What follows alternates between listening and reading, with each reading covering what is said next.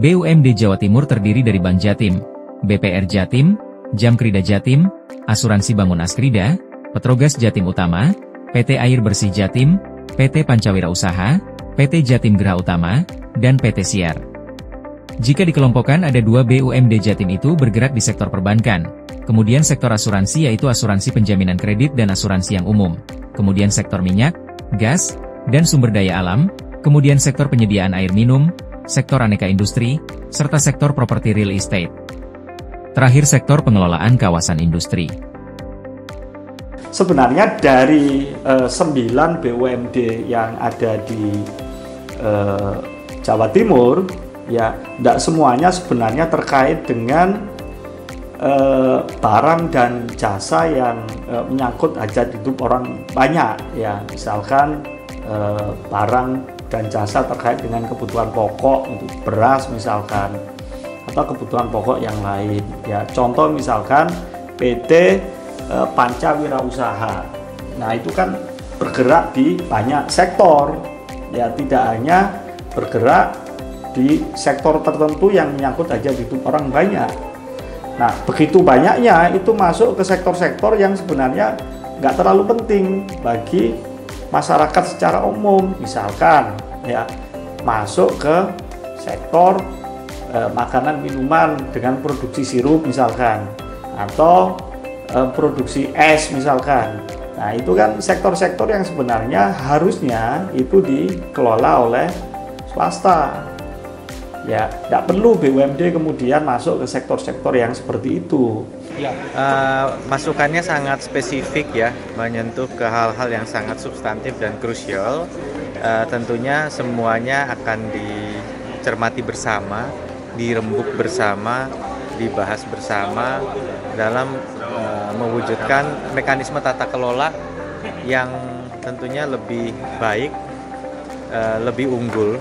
Definisi lebih unggul tuh bahwa BUMD kita juga beroperasi dalam landscape ya, dalam ekosistem yang mana ada badan usaha lain juga. Jadi mereka harus kompetitif. Ya, artinya kita perlu BUMD yang berintegritas dan kompetitif. Kompetitif artinya profesional. Kompetitif artinya bisa mendapat talenta-talenta yang sama baik atau bahkan lebih baik dari badan usaha lain, terlepas dari ada terminologi milik daerah, milik negara. Mereka harus sama-sama profesional, sama-sama baik. Yang membedakannya di mana? Karena pemegang sahamnya adalah pemerintah daerah, maka harus memprioritaskan tentunya juga pembangunan yang bermanfaat bagi Jawa Timur. Betul, makanya begini. Artinya metriknya itu ada dua. Ya, metriknya adalah kita melihat bagaimana dia bisa efisien dalam mengoptimalkan tentunya operasionalnya. Ya, metriknya kan ada itu biaya operasional terhadap pendapatan, BOPO dan lain sebagainya sebagai rasionya. Tapi kita bicara fungsi sosial, maksudnya bahwa dia harus membawa manfaat kepada pembangunan Jawa Timur. Disinilah tentunya ada juga fungsi pemegang saham, dalam hal ini Pemprov, untuk memastikan bahwa mereka berjalan di apa yang menjadi prioritas di Jawa Timur. Nah, bagaimana kalau kemudian sebagai dampak dia tidak mendapatkan profit tertinggi? Oh, ini bukan mencari profit tertinggi. Ini adalah mencari manfaat tertinggi. Artinya manfaat itu ada yang dalam bentuk profit, ada yang dalam bentuk sumbangsi perekonomian. Positioning BUMD sebetulnya menjadi krusial ketika pendapatan asli daerah itu menjadi penopang anggaran. Cuman problemnya adalah BUMD mana yang harusnya disupport. Kemarin kalau kita lihat kasus di Bank Jatim misalkan, keuntungannya cukup bagus, tapi ada kasus di dalam. Terus beberapa yang lain juga kayak gitu. Nah, dari sini maka positioning BUMD itu harus direkonstruksi agar menjadi penopang utama non pajak yang mampu untuk menjadi menggerak perekonomian atau APBD di sini. Jadi posisinya krusial sebetulnya. BUMD Jatim tanting sektor perbankan yang ujung tombaknya Bank Jatim dan BPR Jatim. Keduanya khusus untuk menggerakkan sektor ekonomi di Provinsi Jawa Timur, khususnya BPR Jatim fokus ke sektor UMKM dan koperasi di desa-desa. Sementara untuk Bank Jatim lebih general, baik untuk sektor korak maupun sektor UMKM dan koperasi dan sektor konsumsi, terutama untuk pegawai-pegawai pemerintah di lingkungan BUMD Jatim maupun kabupaten. Meskipun Bank Jatim ini secara umum semua segmen disasar, fokusnya ingin menggerakkan ekonomi Jawa Timur secara keseluruhan. Demikian juga misalkan masuk di kawasan sektor pengelolaan kawasan industri melalui PT Sier juga masih relevan untuk dikelola oleh BUMD. Pemprov masih punya kepentingan untuk mengamankan industri-industri manufaktur dan butuh pabrik-pabrik besar supaya banyak investor dari luar Jatim itu yang mau berinvestasi di Jatim. Dengan banyak yang investor dari luar Jatim berinvestasi di Jatim, maka kawasan industri Rungkut, kawasan industri Pasuruan akan langsung dikelola oleh badan usaha daerah yang dikendalikan oleh Pemprov Jatim tersebut, sehingga memberikan kepercayaan kepada investor dari luar Jatim untuk mau berinvestasi di Jawa Timur. Kemudian terkait dengan PT Air Bersih Jatim, masih relevan untuk dikelola oleh BUMD di bawah Pemprov Jatim. Terus khusus untuk Petrogas Jatim yang bergerak sektor pertambangan minyak, gas, mineral juga relevan jika dimiliki oleh BUMD milik Pemprov. Tapi khusus itu kalau catatan saya ya, terutama untuk PT Pancawira Usaha itu yang industrinya aneka industri, sebaiknya Pemprov Jatim ya mungkin mulai memikirkan opsi untuk apakah masih perlu dipertahankan sebagai BUMD atau dilepas saja itu ke swasta ya, karena jenis usaha yang dilakukan oleh PT Pancawira Usaha ini itu bukan ke sektor-sektor yang menyangkut hajat hidup orang banyak. Mungkin secara umum seperti itu. Kalau melihat positioning BUMD saat ini itu harus ada kajian, audit lah istilahnya, untuk melihat mana BUMD yang masih efektif untuk menjadi penopang anggaran, menghasilkan keuntungan tentunya, dan mana BUMD yang menjadi beban penambahan modal tiap tahun tapi nggak padi-padi misalnya. Nah, untuk yang nggak bisa jadi penopang itu harus dievaluasi lebih lanjut. Ini masih memungkinkan nggak untuk di-split bisnisnya sesuai dengan kondisi saat ini. Berarti kan ada 3, yang beruntung, yang mungkin di-split, dan yang nggak mungkin untuk dibangkitkan. Lah, untuk yang tidak mungkin dibangkitkan ini, mau nggak mau pemerintah harus berani untuk melikuidasi, melebur, ataupun nanti itu paling parah adalah betul-betul membubarkan sama sekali, agar tidak menjadi beban di masa yang akan datang. Nah, problemnya adalah ketika itu dibubarkan, apa memungkinkan ini untuk diserap di BUMD yang lain? Itu perlu kajian lagi dan butuh keberanian. Nah, keberanian ini yang harus diambil oleh pemerintah, dalam hal ini gubernur. Secara umum keuangan di BUMD Jatim sebenarnya sudah cukup bagus. Juara kinerja bagus BUMD adalah PT Bank Jatim Tbk. Tutup buku 2024, PT Bank Jatim membukukan laba bersih 1,28 miliar rupiah dan membagikan dividen secara total sekitar 800 miliar rupiah dan sumbangan ke APBD dari Pemprov itu sekitar 400 miliar rupiah. Kalau dibandingkan dengan BUMD yang ada di Indonesia, Bank Jatim masih lebih bagus dibanding BPD Jateng atau BPD Jabar. Untuk BPR Jatim atau Bank UMKM Jatim, laba bersih tahun 2024 sekitar 28 miliar rupiah dengan dividen ke Pemprov sekitar 9 miliar rupiah. Catatan untuk PT BPR Jatim nilai NPL masih tinggi yakni hampir mendekati 10%, dengan batas maksimal NPL ditoleransi 5%. Terus PT Petrogas juga relatif bagus karena tahun 2024 membukukan laba bersih senilai sekitar 28 miliar rupiah dengan setoran dividen sekitar 22,5 miliar rupiah. Untuk Petrogas secara umum kinerja berdasarkan neraca dan laporan laba rugi itu juga masih cukup bagus. Demikian untuk PT Air Bersih Jatim masih bisa membagikan dividen sebesar 1,5 miliar rupiah meskipun turun dari dividen dibanding tahun 2023 sebesar 3 miliar rupiah.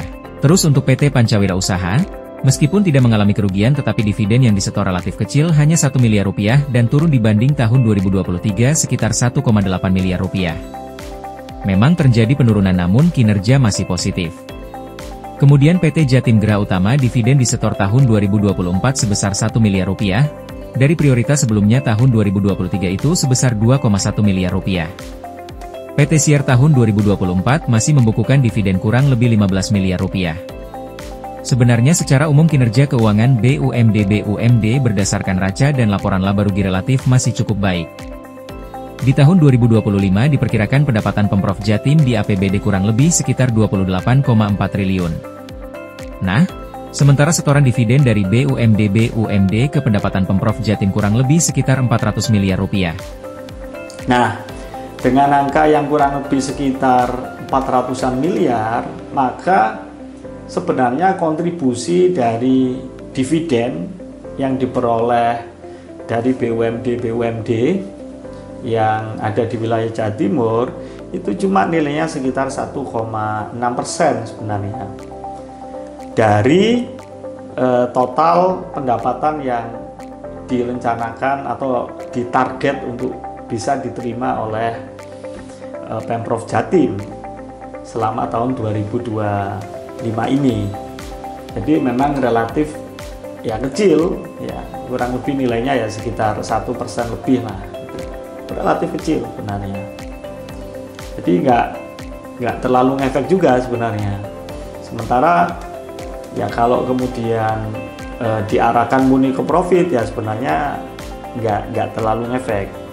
Tapi kan sebenarnya BUMD itu nggak hanya punya fungsi bisnis, tapi juga punya fungsi sosial terutama itu sebagai penggerak roda ekonomi dan roda usaha ya yang ada di wilayah Jawa Timur. Nah itu salah satu penggeraknya yang melalui BUMD ini, terutama di sektor perbankannya ya, terutama di sektor perbankannya. Kalau sektor yang lain misalkan penyediaan air minum ya untuk yang lintas provinsi ya oleh PT Air Bersih Jatim, mungkin itu lebih banyak ke faktor sosial sebenarnya. Tapi ya tetap karena bentuknya PT ya harus tetap untung. Jadi perlu ada keseimbangan antara fungsi sosial dengan fungsi bisnis. Khusus untuk perusahaan BUMD yang kemudian bergerak di aneka industri, memang tidak terlalu relevan untuk menggerakkan sektor ekonomi di Jawa Timur. Apalagi setoran dividen hanya 1 miliar rupiah. PT Pancawira Usaha yang bergerak di aneka industri mulai manufaktur, farmasi, perbengkelan, bahkan di industri sirup dan es. Untuk perusahaan ini perlu dipertimbangkan lagi apakah tetap dikelola BUMD, sebab tidak langsung terkait dengan kepentingan hajat hidup orang banyak. Nah ini semua menurut saya itu perlu dipertimbangkan lagi apakah tetap BUMD itu ikut mengelola ya sektor-sektor yang sebenarnya nggak langsung terkait dengan kepentingan hajat hidup orang banyak ya, karena dikhawatirkan ini nanti hanya akan membebani APBD melalui skema nanti butuh dana minta melalui skema APBD ke Pemprov maupun DPRD Jatim untuk penyertaan modal misalkan untuk berkembang ya. Padahal sebenarnya bisnisnya itu bukan bisnis yang menyangkut orang banyak, kepentingan umum atau kepentingan orang banyak, misalkan seperti beras yang dikelola oleh Perumbulok itu. Nah, kalau kemudian negara ya melakukan penyertaan modal ke perusahaan yang jenis bisnisnya aneka industri ini atau aneka usaha ini, sebenarnya amat disayangkan gitu. Uang itu kan harusnya bisa dipakai untuk memberikan pelayanan pendidikan yang lebih baik, pelayanan kesehatan yang lebih baik ya. Ini malah diberikan ke sebuah perusahaan yang dia masuk ke sektor bisnis yang sebenarnya nggak terlalu mempengaruhi hajat hidup orang banyak. Kalau BUMD yang tidak sesuai dengan circle saat ini memang iya harus ditegaskan, berubah atau hilang dari peredaran. Itu tantangan zaman sudah. Misalkan kalau kita melihat tentang yang paling dekat itu adalah kalau punya kita kan Jemundo ya, misalkan Jemundo. Apakah pasar Jemundo dengan tata kelolanya itu mensupport supply chain dari tata kelola bahan pokok di Jawa Timur? Itu kan nggak pernah dikaji, dan itu membebani. Begitu. Begitupun juga yang lain. Dari BUMD yang dimiliki oleh Pemprov Jawa Timur, yang mencatatkan laba terbesar hanya yang finance, dalam hal ini Bank Jatim. Bagaimana Bank Jatim kok bisa memenuhi? Ya karena satu, sistemnya sudah mengikuti circle saat ini. Satu, mengikuti circle saat ini apa? Industri kita sekarang makro itu bergerak karena UMKM. UMKM kita sekarang sudah adaptif dengan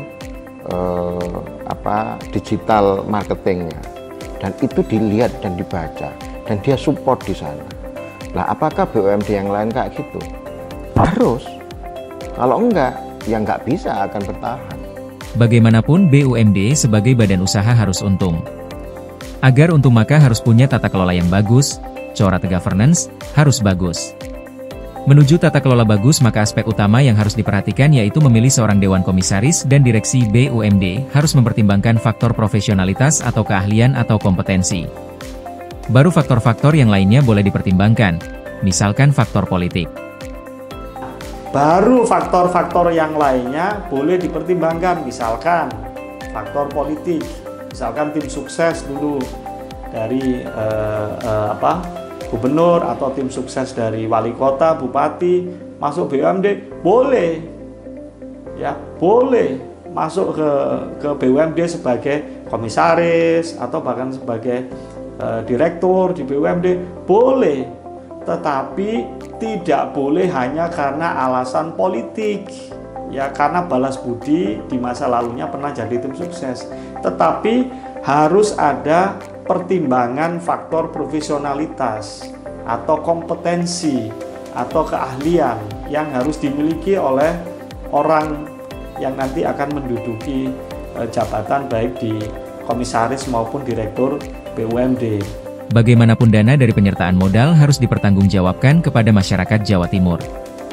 Supaya tiap rupiah dana masyarakat Jawa Timur yang diinvestasikan dalam bentuk penyertaan modal negara ke BUMD menjadi bermanfaat, maka pengawasan DPRD Jawa Timur terhadap pengelolaan BUMD harus optimal. BUMD Provinsi harus bisa mensupport program-program dari gubernur khususnya penggerakan sektor ekonomi yang menjadi isu sentral, serta bisnis-bisnis lainnya yang berkaitan dengan hajat hidup orang banyak. Kita tidak menutup mata bahwa BUMD kita kondisinya bervariasi. Ada yang memang berada di jalur bisnis yang prospektif, artinya bisnisnya masih prospek, perusahaannya relatif baik kondisinya. Ini tentu kita jaga jangan sampai dia lengah. Artinya nggak boleh meleset dari tata kelola yang baik, nggak boleh meleset dari profesionalisme yang baik. Kan itu fungsi pengawasannya. Dan jangan lengah terhadap kompetisi yang ada. Gitu. Ada juga yang memang dia ekosistem bisnisnya ini sudah berubah.